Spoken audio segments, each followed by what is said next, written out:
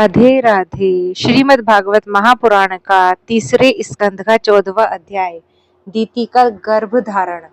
श्री सुखदेव जी कहते हैं, राजन, प्रयोजन वश सूकर बने हुए श्री हरि की कथा को मैत्रेय जी के मुख से सुनकर भी भक्ति व्रतधारी विदुर जी की पूर्ण तृप्ति नहीं हुई। अतः उन्होंने फिर हाथ जोड़ के पूछा। विदुर जी ने कहा, हे मुनिवर, हमने यह बात आपके मुख से अभी सुनी है कि आदि दैत्य हिरण्याक्ष को भगवान यज्ञमूर्ति ने ही मारा था। ब्रह्मान जिस समय भगवान लीला ही अपने दाढ़ों पर रखकर पृथ्वी को जल में से निकाल रहे थे, उसी समय उन्होंने दैत्यराज हिरण्याक्ष को मुठभेड़ किस कारण हुई। श्री मैत्रेय जी ने कहा, हे विदुर जी, तुम्हारा प्रश्न बड़ा ही सुंदर है, क्योंकि तुम श्री हरि के अवतार कथा के विषय में ही पूछ रहे हो, जो मनुष्यों के मृत्यु पाश का छेदन करने वाली है। देखो, उत्तानपाद का पुत्र ध्रुव बालकपन में श्री नारद जी की सुनाई हुई हरि कथा के प्रभाव से मृत्यु के सिर पर बैठकर पैर रखकर भगवान के परम पद पर आरूढ़ हो गया था।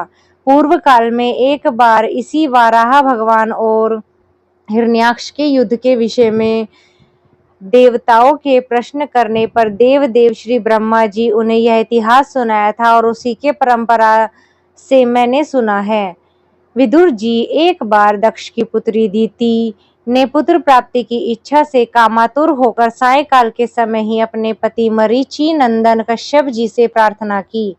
उसी समय कश्यप जी खीर की आहुतियों द्वारा अग्नि जीव भगवान यज्ञपति की आराधना कर सूर्यास्त का समय जान अग्निशाला में ध्यानस्थ होकर बैठे थे। दीति ने कहा, हे विद्वान, मतवाला हाथी जैसे केले के वृक्ष को मसल डालता है, उसी प्रकार यह प्रसिद्ध धनुर्धर कामदेव मुझ अबला पर जोर जताकर आपके लिए मुझे बेचैन कर रहा है। अपनी पुत्रवती सोतों की सुख समृद्धि को देखकर ईर्ष्या की आग से मैं जलती जा रही हूँ। अतः आप मुझ पर कृपा कीजिए, आपका कल्याण हो। जिनके गर्भ से आप जैसा पति पुत्र रूप में उत्पन्न होता है, वे ही स्त्रियां अपने पतियों से सम्मानिता समझी जाती हैं। उनका सुयश संसार में सर्वत्र फैल जाता है। हमारे पिता प्रजापति दक्ष का अपनी पुत्रियों पर बड़ा स्नेह था। एक बार उन्होंने हम सबको अलग अलग बुलाकर पूछा कि तुम किसे अपना पति बनाना चाहती हो। वे अपनी संतान की सब प्रकार की चिंता रखते थे। अतः हमारा भाव जानकर उन्होंने उनमें से 13 पुत्रियों को, जो आपके गुण स्वभाव के अनुरूप थी, उनके साथ आपका ब्याह कर दिया। अतः मंगल मूर्ते कमल नयन, आप मेरी इच्छा पूर्ण कीजिए, क्योंकि हे महत्तम, आप जैसे महापुरुषों के पास दीन जनों को आना निष्फल नहीं होता। विदुर जी, दीति कामदेव के वेग से अत्यंत बेचैन और बेबस हो रही थी। उसने इसी प्रकार बहुत सी बातें बनाते हुए दीन होकर कश्यप जी से प्रार्थना की। तब उन्होंने उस सुमधुर वाणी से समझाते हुए कहा, भीरु, तुम्हारी इच्छा के अनुसार मैं अभी अभी तुम्हारा प्रिय अवश्य करूंगा। भला जिसके द्वारा अर्थ धर्म काम तीनों की सिद्धि होती है, अपनी ऐसी पत्नी की कामना को कौन पूर्ण नहीं करेगा। जिस प्रकार जहाज पे चढ़ के मनुष्य महासागर को पार कर लेता है, उसी प्रकार गृहस्थ आश्रमी दूसरे आश्रमों को आश्रय देता हुआ अपने आश्रम द्वारा स्वयं ही दुख समुद्र के पार हो जाता है। मानिनी स्त्री को तो त्रिविध पुरुषार्थ की कामना वाले पुरुष का आधा अंग कहा गया है। उस पर अपनी गृहस्थी का भार डालकर पुरुष निश्चिंत होकर विचरता है। इंद्रिय रूप शत्रु अन्य आश्रम वालों के लिए अत्यंत दुर्जय है, किंतु जिस प्रकार किले का स्वामी सुगमता से ही लूटने वाले शत्रुओं को अपने अधीन कर लेता है, उसी प्रकार हम अपनी विवाहिता पत्नी का आश्रय लेकर इन इंद्रिय रूप शत्रुओं को सहज में ही जीत लेते हैं। ग्रहेश्वरी, तुम जैसी भार्या के उपकारों का बदला तो हम अथवा और कोई गुणग्राही पुरुष अपनी सारी उम्र में अथवा जन्मांतर में भी पूर्ण रूप से नहीं चुका सकते। तो भी तुम्हारी इस संतान प्राप्ति की इच्छा को मैं यथाशक्ति अवश्य पूर्ण करूंगा, परंतु अभी तुम एक मुहूर्त ठहरो, जिससे लोग मेरी निंदा न करें। यह अत्यंत घोर समय राक्षस आदि घोर जीवों का है और देखने में भी बड़ा भयानक है। इसमें भगवान भूतनाथ के गण और भूत प्रेत आदि घूमा करते हैं।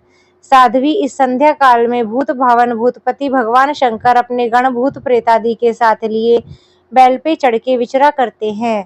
जिनका जटाजूट शमशान भूमि में उठे हुए बवंडर की धूलि से दूषित होकर दैदीप्यमान हो रहा है तथा जिनके स्वर्ण कांति में गौर शरीर में भस्म लगी हुई है, वे तुम्हारे देवर शवशुर महादेव जी अपने सूर्य, चंद्रमा और अग्नि रूप तीनों नेत्रों से सभी को देखते रहते हैं। संसार में उनका कोई भी अपना या पराया नहीं है, न कोई आदरणीय है न ही कोई निंदनीय है। हम लोग तो उनके अनेक प्रकार के व्रतों का पालन करके उनकी माया को ही ग्रहण करना जानते हैं, जिसे उन्होंने भोग कर लात मार दी थी। विवेकी पुरुष अविद्या के आवरण को हटाने की इच्छा से उनके निर्मल चरित्र का गान किया करते हैं। उनसे बढ़कर तो क्या उनके समान और कोई भी नहीं है और उन तक केवल सत्पुरुषों की ही पहुंच है। यह सोच सब होने पर भी वे स्वयं पिशाचों का सा आचरण करते हैं। यह नर शरीर कुत्तों का भोजन है। जो अविवेकी पुरुष आत्मा मानकर वस्त्र, आभूषण, माला और चंदन आदि से इसको सजाते संवारते हैं, वे अभागे ही आत्मा राम भगवान शंकर के आचरण पर भी हंसते हैं। हम लोग तो क्या, ब्रह्मादि लोकपाल भी उनकी ही बांधी हुई धर्म मर्यादा का पालन करते हैं। वे ही इस विश्व के अधिष्ठान है तथा यह माया भी उन्हीं की है, आज्ञा का अनुसरण करने वाली है। ऐसे होकर भी वे प्रेतों का सा आचरण करते हैं। अहो, उन जगत व्यापक प्रभु की यह अद्भुत लीला कुछ समझ में नहीं आती। मैत्रेय जी कहते हैं, पति के इस प्रकार समझाने पर भी कामातुर दीति ने वैश्य के समान निर्लज्ज होकर ब्रह्म ऋषि कश्यप जी का वस्त्र पकड़ लिया। वह तब कश्यप जी ने उस निंदित कर्म में अपनी भार्या का बहुत आग्रह देखकर देव को नमस्कार किया और एकांत में उनके साथ समागम किया। फिर जल में स्नान कर प्राण और वाणी का संयम करके विशुद्ध ज्योतिर्मय सनातन ब्रह्मा का ध्यान करते हुए उसी का जप करने लगे। विदुर जी दीति को भी उस निंदित कर्म के कारण बड़ी लज्जा आई और वह ब्रह्म ऋषि के पास जा सिर नीचा करके इस प्रकार कहने लगी। दीति बोली, ब्रह्मान भगवान रुद्र भूतों के स्वामी हैं, मैंने उनका अपराध किया है, किंतु वे भूत श्रेष्ठ मेरे गर्भ को नष्ट न करें। मैं भक्त वाच्छा कल्पतरु उस एवं रुद्र रूप महादेव को नमस्कार करती हूँ। वे सतपुरुषों के लिए कल्याणकारी वे दंड देने के भाव से रहित है, किंतु दुष्टों के लिए क्रोध मूर्ति दंड पानी है। हम स्त्रियों पर तो व्याघ्र भी दया करते हैं, फिर वे तो सतीपति तो मेरे बहनोई और परम कृपालु हैं, अतः वे मुझ पे प्रसन्न हो। श्री मैत्रेय जी ने कहा, विदुर जी, प्रजापति कश्यप ने सायकालीन संध्या वंदन आदि कर्म से निर्वृत्त होने पर देखा कि दीति थर-थर कांपती अपने संतान की लौकिक और पारलौकिक उन्नति के लिए प्रार्थना कर रही है।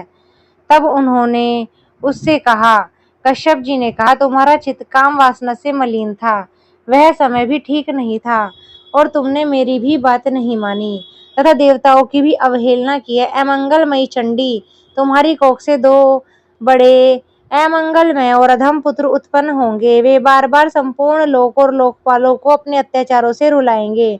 जब उनके हाथ से बहुत से निरपराध और दीन प्राणी मारे जाने लगेंगे, स्त्रियों पर अत्याचार होने लगेंगे और महात्माओं को शुद्ध किया जाने लगेगा, उस समय संपूर्ण लोगों की रक्षा करने वाले श्री जगदीश्वर कुपित होकर अवतार लेंगे और इंद्र जैसे पर्वतों का दमन करता है उसी प्रकार उनका वध करेंगे। दीति ने कहा, प्रभो, यही मैं भी चाहती हूँ कि यदि मेरे पुत्रों का वध हो तो वह साक्षात भगवान चक्रपाणि के हाथ से ही हो, कुपित ब्राह्मणों के शाप आदि से न हो। जो जीव ब्राह्मणों के शाप से दग्ध या प्राणियों को भय देने वाला होता है, वह किसी भी योनि में जाए, उस पर नार किए जीव भी दया नहीं करते। कश्यप जी ने कहा, देवी, तुमने अपने किए पर शोक और पश्चाताप प्रकट किया है, तुम्हें शीघ्र ही उचित अनुचित का विचार भी हो गया तथा भगवान विष्णु, शिव और मेरे पति भी तुम्हारी जो आदर बहुत जान पड़ता है, इसलिए तुम्हारे एक पुत्र के 4 पुत्रों में से एक ऐसा होगा जो सतपुरुष भी उसका सम्मान करेंगे और जिसके पवित्र यश को भक्तजन भगवान के गुणों के साथ गाएंगे। जिस प्रकार खोटे सोने को बार बार तपाकर शुद्ध किया जाता है, उसी प्रकार साधु जन स्वभाव का अनुकरण करने के लिए निर्वैरता आदि उपायों से अपने अंतःकरण को शुद्ध करेंगे, जिनकी कृपा से उन्हीं का स्वरूप भूत यह जगत आनंदित होता है। वे स्वयं प्रकाश भगवान जी उनकी अनन्य भक्ति से संतुष्ट हो जाएंगे। हे दीति, वह बालक बड़ा ही भगवत भक्त, उदार हृदय, प्रभावशाली और महान पुरुषों का भी पूज्य होगा तथा प्रौढ़ भक्ति से विशुद्ध और भावान्वित हुए अंतःकरण में श्री भगवान को स्थापित करके देहाभिमान को त्याग देगा।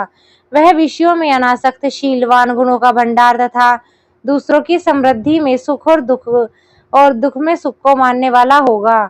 उसका कोई शत्रु न होगा। चंद्रमा जैसे ग्रीष्म ऋतु के ताप को हर लेता है, वैसे ही वह संसार के शोक को शांत करने वाला होगा।